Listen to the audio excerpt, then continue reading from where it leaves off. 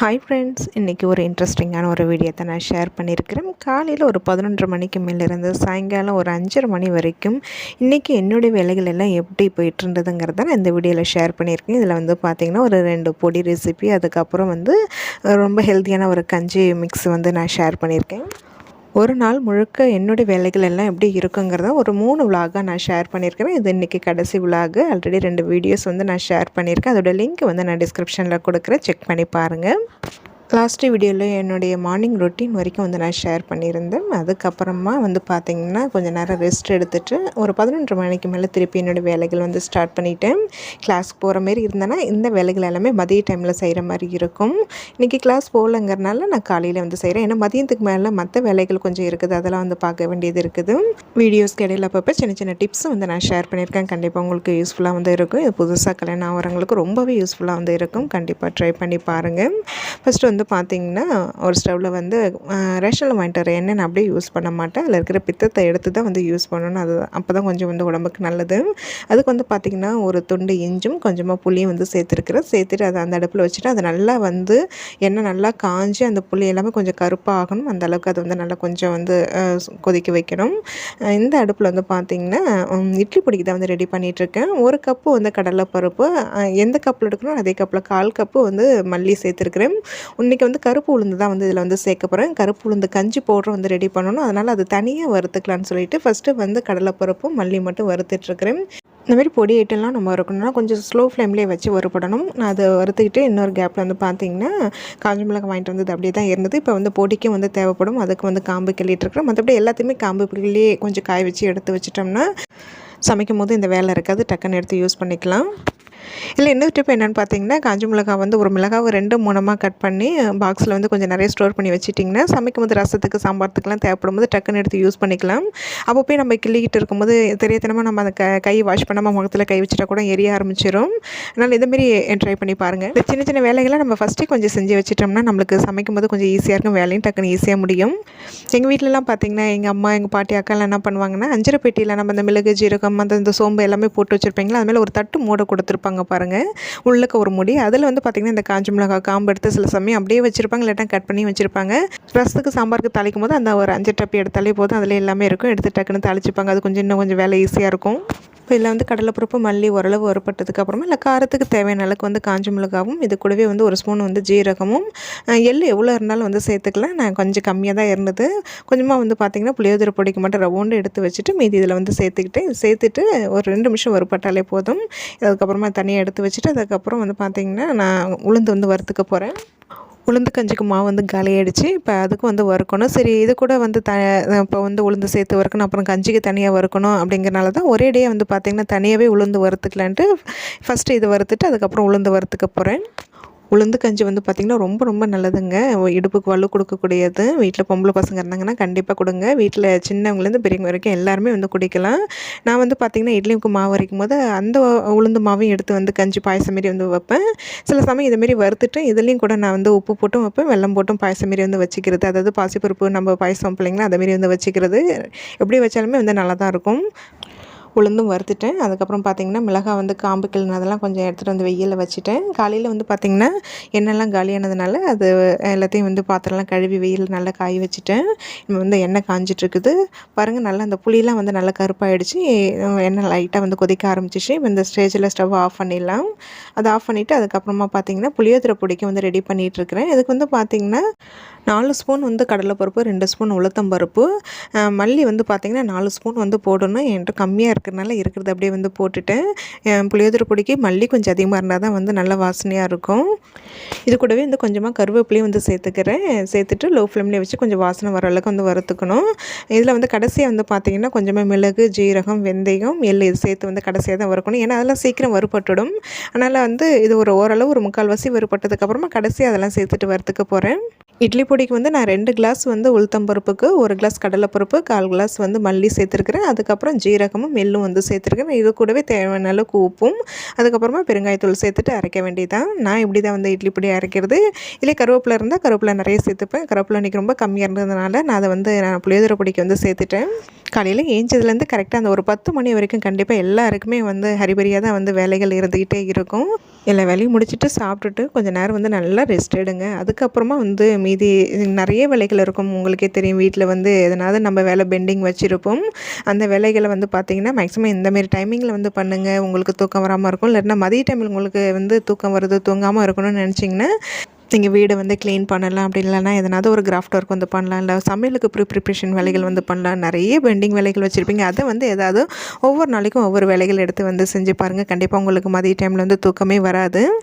வேலை செய்ய ஸ்டார்ட் பண்ணுற வரைக்கும் தாங்க கொஞ்சம் அலுப்பாக சோம்பேறித்தனமாக இருக்கும். ஒன்ஸ் நீங்கள் ஸ்டார்ட் பண்ணிட்டீங்கனாலே உங்களுக்கு கொஞ்சம் இன்ட்ரெஸ்ட் ஆகிடும் வேலை செய்கிறதுக்கு. உங்களுக்கு வேலை செய்கிற டயர்டே இல்லாமல் இருக்கணும்னா உங்களுக்கு பிடிச்ச பாடல்களை வந்து கேட்டுட்டோ, இல்லை டிவியில் உங்களுக்கு சீரியலோ இல்லை காமெடியோ அப்படி இல்லைனா படம் ஏதாவது ஒன்று போட்டுவிட்டு அதை காதில் வாங்கிட்டு நீங்கள் இந்தமாரி வேலைகளை வந்து பார்க்கலாம்.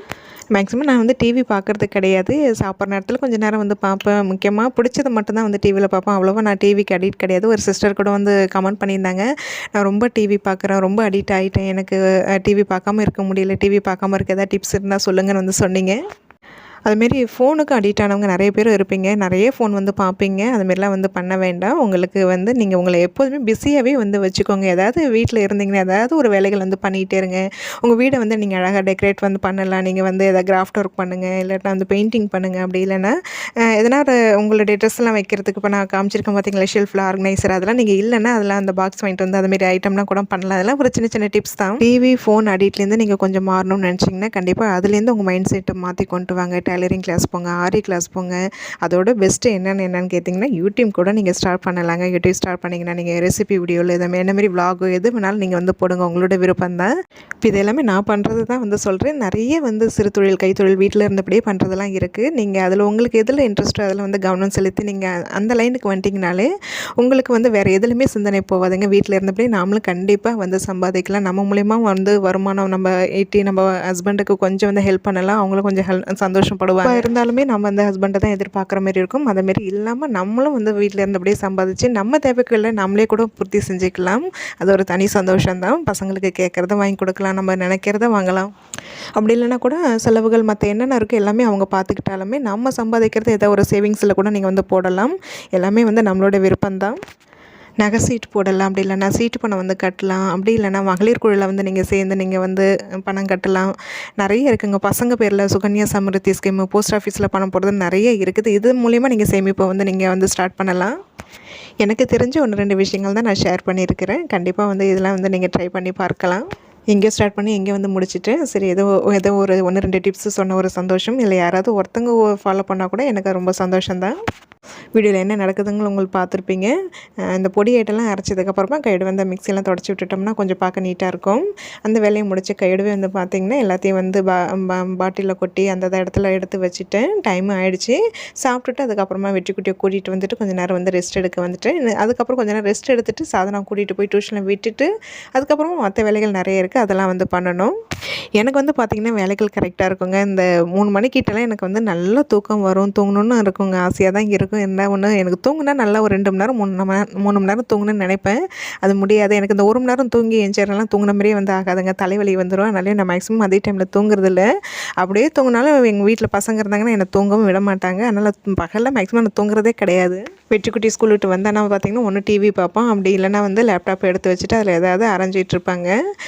அவன்கிட்ட தான் பேசிக்கிட்டே வந்து நான் படுத்திருந்தேன். ஒரு 3:15 வரைக்கும் வந்து படுத்திருப்பேன். அதுக்கப்புறம் அவளுக்கு ஏதாவது ஸ்நாக்ஸ் செய்கிற மாதிரி இருந்தால் செய்வேன். இல்லைன்னா வந்து கடையில் போகும்போது எதாவது வாங்கிட்டு கொண்டு போய் ஸ்நாக்ஸ் கொண்டு கொடுத்துட்டு டியூஷனில் விட்டுட்டு வருவேன். இந்த பாரு என்ன சென்டரில் இருக்குது இதெல்லாம் உனக்கு யார் சொல்லி கொடுக்குறது? அக்காவா? அக்கா நீ வந்து உட்கார வச்சு உனக்கு இதுமாரி பண்ணுன்னு சொல்லி கொடுக்குறாளா? இப்போ எதுக்கு அந்த சிம் கார்டெலாம் எடுக்கிற? இப்போ என்ன பண்ணுற நீ அதை ஓப்பன் பண்ணி? அதுதான். அது என்ன ராகமா? அதுவா? என்னது? முயற்சி திருவினையாக்கும். அப்புறம் முடிஞ்சா சரணி ஆகுமா? என்னடா சொல்கிற நீனு? ஆ இன்னும் வாய்ப்பில்லை ராஜா. இன்னும் பேசுறியே. எல்லாம் யார் சொல்லி கொடுக்குறா? சிக்கன் சாக்கு பொம்மை படம் தான். ஆளப்பார் கண்ணில் தூக்கம் நிற்குது. படு தூங்கும்மா, தூங்கு. என்ன தூக்கம் வரல? ஆ நான் மேலே படுத்தினா இப்போ கீழே படுத்துட்டேன்னா நீ தூங்கிடுவியோ? இல்லை நான் தூங்குனா இல்லை நான் ஈஸியாக தூங்கிடுவேன். நீங்கள் என்ன சொல்ல வர சொல்லு. சரி அதை விடு. ஸ்கூலில் இன்றைக்கி என்ன சொல்லி கொடுத்தாங்க சொல்கிறியா? இல்லை நேற்று நீ என்னென்ன சேட்டை பண்ணுறத எல்லாமே நான் நோட் பண்ணி வச்சுருக்கேன். முத்து மேம்க்கு மெசேஜ் அனுப்பவா? நான் கேட்கறதுக்கு நீ பதில் சொல்ல. இன்னைக்கு ஸ்கூலில் என்ன சொல்லி கொடுத்தாங்க? ஏன் டான்ஸ் ப்ராக்டிஸ் பண்ணிங்களா? எத்தனை டான்ஸ்? 4 டான்ஸா? 3? என்னென்ன பாட்டுக்கு தெரியாது? என்ன பாட்டு சொல்லு. தெரியாதா? செல்லக்கண்ணு பாட்டா? அப்புறம் சொல்லக்கூடாதுன்னு இருக்காங்களா? ஆஃப் பண்ணு தம்பி, வீணாகிடாத. டேடி வந்தாங்கன்னா திட்டுவாங்க. லேப்டாப்பை வந்து ஷெட் பண்ணு. என்ன தேடணும் இது? நானும் இங்கே வெற்றி குட்டி தாங்க கொஞ்சம் நேரம் வந்து அப்படியே பேசிக்கிட்டே இருந்தோம். தூங்க வைக்கலான்னு பார்த்தோம், தூங்கவே மாட்டேன்ட்டான். சரி அதுக்கப்புறமா பார்த்தீங்கன்னா அவனும் நானும் தான் வந்து சாதனா கொண்டு போய் டியூஷனில் விட்டுட்டு வந்தோம். வீட்டுக்கு வந்த உடனே வந்து பார்த்திங்கன்னா ட்ரெஸ்ஸை கழட்டிடுவான், போடவே மாட்டான். இவன் வந்து பார்த்திங்கன்னா அவன் வந்து வச்சு இந்த டாமினோஸ்லாம் வச்சு விளையாண்டுட்டு இருந்தான். அதெல்லாம் எடுத்து வீடா நான் வீடு பெருக்க போகிறேன்னு சொன்னால் தான் பண்ணிகிட்டு இருந்தான். ஃபஸ்ட்டு வீடு ஃபுல்லாக வந்து பெருக்கி தள்ளிட்டு வெளியில் வந்து பெருக்கி தள்ளிட்டு வெளியில் ஃபஸ்ட்டு கழுவி விட்டுட்டு அதுக்கப்புறமா தான் உள்ளே வந்து மாப் போட போகிறேன். நாளைக்கு அதான் நேற்று விளாக்லேயே தொடர்ந்து சொல்லிகிட்டு இருக்கேன், சஷ்டி கிருத்திகன்னு சொல்லிட்டு இருந்தேன். இந்தமாரி விரத நாட்கள்லாம் வரும்போது முதல் நாட்களே இந்தமாரி வேலைகள்லாம் வந்து நம்ம முடிச்சு வச்சிட்டோம்னா அடுத்த நாள் நம்மளுக்கு பூஜை செய்யறது கொஞ்சம் ஈஸியாக இருக்கும். நான் மேக்ஸிமம் முதல் நாளே வந்து முடிச்சிடுவேன். சப்போஸ் முடியல கொஞ்சம் அலுப்பாக இருக்கும் மதிய டைமில் செய்யலைன்னா தான் அன்றைக்கி நைட் வந்து பண்ணிக்கிறது. சில பேர் நைட்டு பண்ணலாமான்னு வந்து கேட்குறீங்க. தாராளமாக வந்து பண்ணலாம். இப்போ வேலைக்கு போகிறவங்க லேட் நைட்டு ஒரு 8 மணிக்கெலாம் வர மாரி இருந்தாங்கன்னா அவங்களும் அப்புறம் என்ன பண்ண முடியும்? இதுமாரி விரத நாட்களுக்கு அடுத்த நாள் காலையில் எஞ்சி அவங்களால வேலை செய்ய முடியாது. முதல் நாள் நைட்டு தானே பண்ண வேண்டியதாக இருக்கும். தாராளமாக நைட் வந்து படுக்கிறதுக்கு முன்னாடி நான் 9 மணிக்கு மேலே இல்லை 10 மணிக்கு மேலே நான் செஞ்சுட்டு படுத்துருவேன். மனசு தாங்க காரணம். எதுவாக இருந்தாலும் நம்மளுக்கு எப்போ முடியுதோ அப்போ தான் வந்து செய்ய முடியும். நான் வெளியில் மாரி வராண்டா கழுவ வந்துட்டாலே எங்கள் வெற்றிக்குட்டி நானும் வந்து ஹெல்ப் பண்ணுறேன்னு சொல்லிட்டு வந்துடுவாங்க. அவனுக்கு அந்த தண்ணியில் ஆடுறதுனா ரொம்ப பிடிக்கும். பாருங்கள், நான் அந்த ஜன்னலில் வந்து கழுவி விட்டுட்டு இருந்தேன். ரொம்ப டஸ்ட்டாக இருக்குதுன்னா அந்த கேப்லேயும் தொடப்பத்தை எடுத்து அந்த தண்ணியெலாம் தள்ளி விட்டுட்டு இருந்தேன். ஹெல்ப்பும் பண்ணுவான். அதே சமயம் வந்து பார்த்திங்கன்னா ரொம்ப டிஸ்டர்ப் வந்து பண்ணுவாங்க. நம்மளுக்கு டென்ஷன் பண்ணுற மாரி வந்து பண்ணுவான். அந்த சமயம் ரொம்ப கோவம் வந்துச்சுன்னா லைட்டாக அடிச்சிடுவேன். அப்புறம் வந்து அடிச்சுட்டே வந்து படுத்தான் அப்படியே தூங்கிடுவான். இன்றைக்கி வந்து பார்த்திங்கன்னா தூங்கலை. என் வண்டி கழுவ போகிறேன்னு வேறு சொல்லிட்டேன். அதனால் தூங்கவே மாட்டேன்ட்டான். எப்போ முடிப்பீங்க இந்த வேலையை, வண்டி கழுவ போகலாம்லான்னு கேட்டுக்கிட்டே இருந்தான்.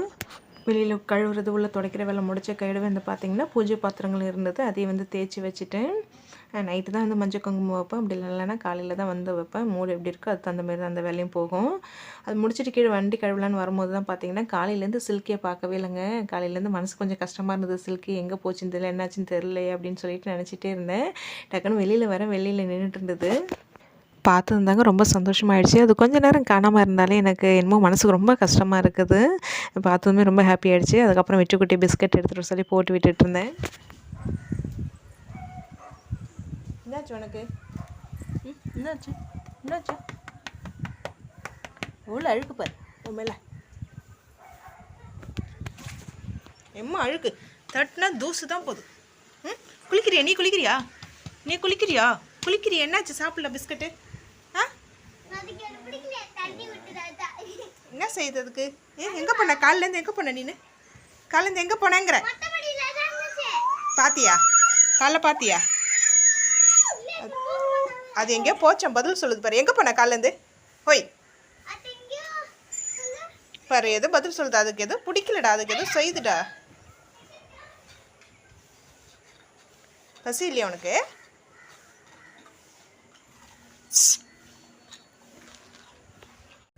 சில்கிக்கு பிஸ்கட் கொடுத்துட்டு அதுக்கப்புறமா வந்து பார்த்திங்கன்னா நான் எங்கள் வெற்றிக்குட்டி தான் வண்டி கழுவிட்டு இருந்தோம். மாதத்தில் ஒரு 2 தடவையாவது வண்டியை வந்து கழுவிடுங்க. இந்த வாட்டி வந்து 1 மாதம் கிட்ட ஆக போது வண்டி கழுவவே இல்லை. ரொம்ப மோசமாக இருந்தது. எனக்கு வெளியில் எடுத்துகிட்டு போகவே அசிங்கமாகிடுச்சு.